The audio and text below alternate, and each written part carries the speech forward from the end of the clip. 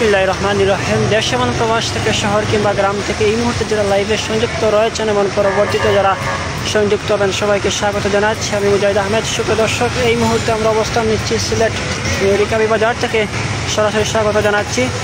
একসাথে এক পথে সিলেটি নেটওয়ার্ক প্ল্যাটফর্ম সবার আগে স্লোগানকেই সামনে রেখে যারা এই মুহূর্তে যারা আমাদের সাথে লাইভে সংযুক্ত রয়েছেন এবং পরবর্তী যারা সংযুক্ত হবেন সবাইকে সিলেটি নেটওয়ার্ক প্ল্যাটফর্মের পক্ষ থেকে স্বাগত জানাচ্ছি। এই মুহূর্তে আমার সাথে লাইভে সংযুক্ত রয়েছে সিলেটি নেটওয়ার্ক প্ল্যাটফর্মের 30টি চ্যানেল আমাদের সাথে লাইভে সংযুক্ত রয়েছে। কোন চ্যানেল থেকে লাইভে সংযুক্ত রয়েছেন অবশ্যই কমেন্টের মাধ্যমে জানিয়ে দেবেন।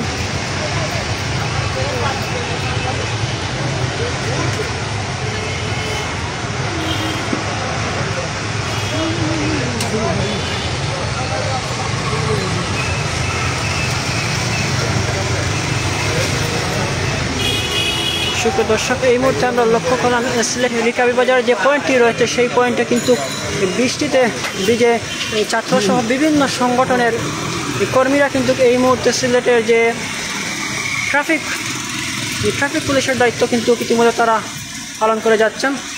আমরা একটু দেখানোর চেষ্টা করবো কোন চ্যানেল থেকে আসলে লাইভে সংযুক্ত রয়েছেন কমেন্টের মাধ্যমে জানিয়ে দিতে পারেন। আমরা চেষ্টা করব আপনারা এই যে রিকাবি বাজার যে পয়েন্ট রয়েছে সেই পয়েন্টের বর্তমান সার্বিক পরিস্থিতি আপনাদের সামনে তুলে ধরার চেষ্টা করব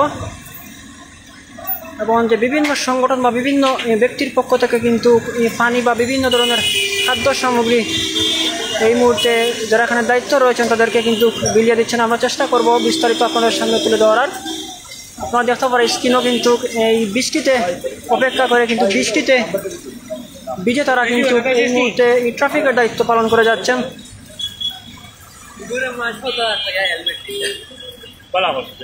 তারা কিন্তু বিভিন্ন ধরনের যে ট্রাফিক রুলসগুলো রয়েছে সেই রুলসগুলো কিন্তু মানার জন্য যারা যানবাহন ইতিমধ্যে চালাচ্ছেন তারা কিন্তু আহ্বান করে যাচ্ছেন।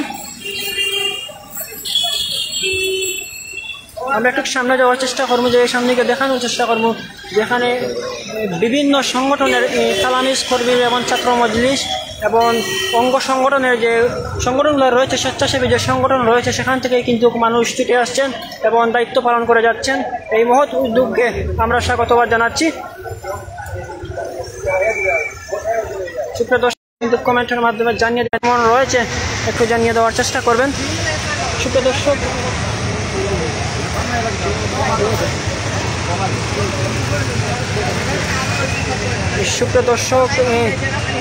এই মুহূর্তে আমরা চেষ্টা করবো আসলে বৃষ্টি কিন্তু বাইরে বৃষ্টি রয়েছে যার কারণে কিন্তু আমরা রাস্তায় যেতে সক্ষম হচ্ছি না, কিন্তু চেষ্টা করবো আমরা এখানে রাস্তায় গিয়ে আমরা এই বর্তমানে যে ছাত্ররা রয়েছে আমরা একটু জানার চেষ্টা করব।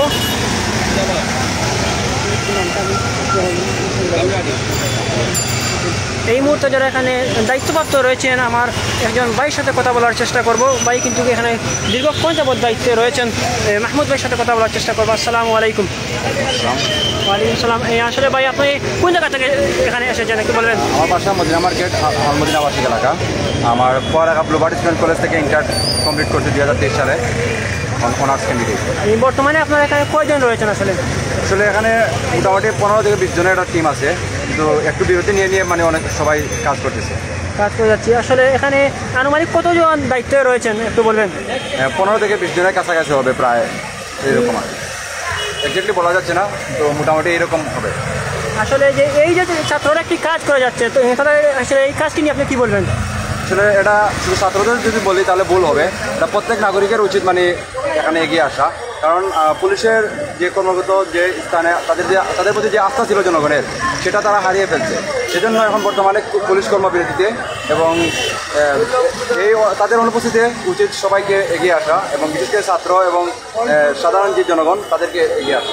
তাহলে দেখা যাবে মানে আমাদের শুধু এই যানজট নিরসন নয়, প্রত্যেকটা সেক্টরে সুন্দরভাবে চলমান হবে এবং আমাদের সুন্দর বাংলাদেশ গড়ে উঠবে, আধুনিক বাংলাদেশ এবং উন্নত একটা দেশে পরিণত হবে। আসলে দেখলাম দীর্ঘক্ষণ যাবৎ কিন্তু আপনি এখানে অবস্থান নিয়েছেন, আসলে যানবাহন যারা চালাচ্ছে তারা কি এই আইন কানুন কি মেনে চলছে বলে আপনি মনে করেন? আমার যেটুকু মনে হয় পুলিশের চাইতে মোটামুটি ছাত্রদেরকে আরও বেশি রেসপেক্ট দিচ্ছে এবং তাদেরকে খুবই সুন্দরভাবে অ্যাকসেপ্ট করছে এবং কোনো কমান্ড দিলে সেটা সাদরে গ্রহণ করছে এবং অনেক সময় দেখা যায় তারা দূর থেকে লক্ষ্য করে এবং সিট বেল্ট না পরা থাকলে সিট বেল্ট পরে কিংবা হেলমেট না থাকলে তো সেই বিষয়গুলো মানে খুবই সুন্দর, যেগুলো পুলিশের উপস্থিতিতে লক্ষ্য করা যায় না। আসলে এর কারণটা কি যে পুলিশের কমান্ডার কেন মানে না আসলে একটু বলবেন? আসলে সব পুলিশ তো সমান নয় এবং কিছু কিছু খারাপ পুলিশের জন্য সবাইকে দোষারোপ করা হচ্ছে। বিশেষ করে কিছু পুলিশ অযথা কাগজপত্র হেলমেট টাকা পড়েও অযথা মানে ঘুষ নেয় কিংবা মামলা দিয়ে দেয়, সেই জন্য পুলিশের প্রতি একটা খারাপ চিন্তাধারণা তৈরি হয়েছে এবং মানুষ চাইলেও মানে টাকা সত্ত্বেও মানে ইজিলি সুন্দর ব্যবহার করতে চায় না, কারণ তাদের যে হয়রানি করা হয় সেজন্য মানুষ বিরক্ত তাদের উপর।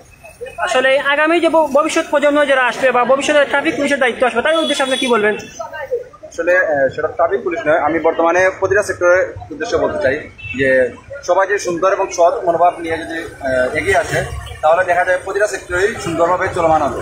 বিশেষ করে এই যে 2024 সালে যে আন্দোলন এবং যে সংগ্রাম হয়েছে এটাকে লক্ষ্য করতে হবে এবং এটাকে লক্ষ্য করে আগামীতে চলতে হবে এবং প্রতিটা সেক্টরে সরকারি বেসরকারি মানুষদেরকে সতর্ক হতে হবে যে ঘুষ দুর্নীতি কিংবা তাদের মনোভাবকে চেঞ্জ করতে হবে এবং জনগণের স্বার্থকে প্রাধান্য দিতে হবে।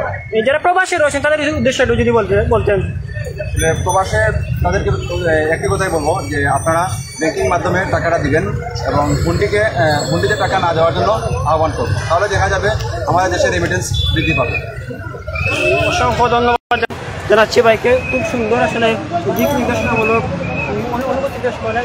আমরা একটু সামনে যাওয়ার চেষ্টা করবো। ইতিমধ্যে বৃষ্টি কিন্তু কিছুটা স্থির রয়েছে, আবারও কিন্তু যারা এখানে একটু রেস্টে রয়েছিল তারা কিন্তু আবারও মাঠে নেমে পড়েছে। আমরা দেখানোর চেষ্টা করব শুধু যে ছাত্ররা রয়েছে কিন্তু তাই নয়, এখানে অনেক মহিলা ছাত্রীরা রয়েছেন, তারাও কিন্তু সকাল থেকে সকালকে রোদকে কিন্তু অপেক্ষা করে তারাও কিন্তু দায়িত্ব পালন করে যাচ্ছেন।